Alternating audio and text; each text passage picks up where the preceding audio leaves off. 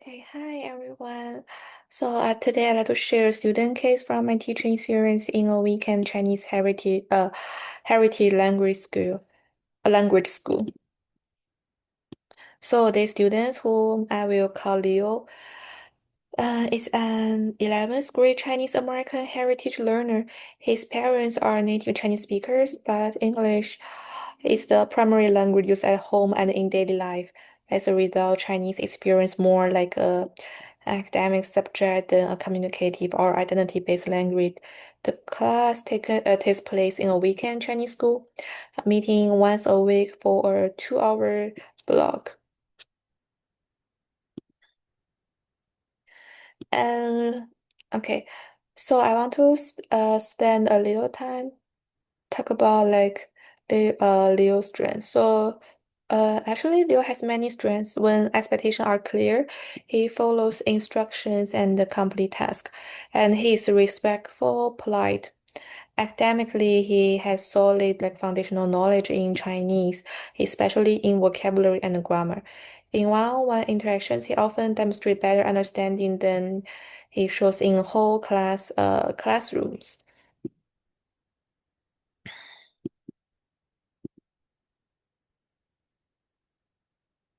Okay, and then I want to share about like the main barriers I have observed. So first, in terms of oral participation and initiative, Leo almost like never initiates speech in class. He doesn't volunteer answers even when the question is like very low risk, for example, personal and or effective questions like, "Oh, how are you feeling today?" Can you share something like last weekend? What did you do? Is there any fun fact about you, or very simple comprehension checks, or even just like give me some like pick some like, emoji to represent like today's your mood. So during interactions, he often avoids eye contact, and most of the time, the only way he responds is if I directly call his name. Because of this, I would describe him as a slow to warm and very reserved learner, especially in public or semi-public settings. It's not that he can not respond, it's that he's reluctant to take that first step. Avoid pattern I have noticed relates to avoidance and self-regulation. During discussion heavy moments, Leo will sometimes start drawing, and when oral participation is expected, he tends to withdraw rather than engage. And finally, I want to talk a bit more about homework completion and motivation because there's a clear pattern over time. So in the first few weeks of this semester, Leo was actually completing and submitting his homework. However, like around the middle of this term, he began to stop turning his assignments. At one point, he missed homework for two consecutive weeks, which was a noticeable shift from his early behavior. And I communicated these concerns to his family, and his parents like responded very promptly. They increased supervision at home and reminded him to complete and submit his work. So after I talked to his parents and we have this intervention, homework submission became like more consistent again. Mm, However, it was also clear that many assignments were being complete in response to reminders rather than through Liu's own like initiative. And also the quality of this work often suggested like manual efforts. Like I can tell he finished like in a rush, like mm, even when answers like were technically correct. Okay, so I feel like, well, external accountability can temporarily restore compliance.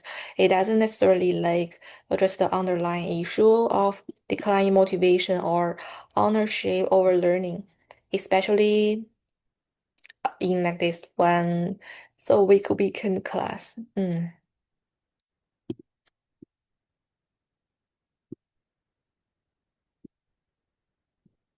Okay, so um, similar patterns have been observed like beyond the Chinese classroom, and some teachers report that during uh, like outside the classroom, there's some like volunteer activities or informal interactions. Leo speaks quietly and always lowers his head while responding and avoids direct eye contact.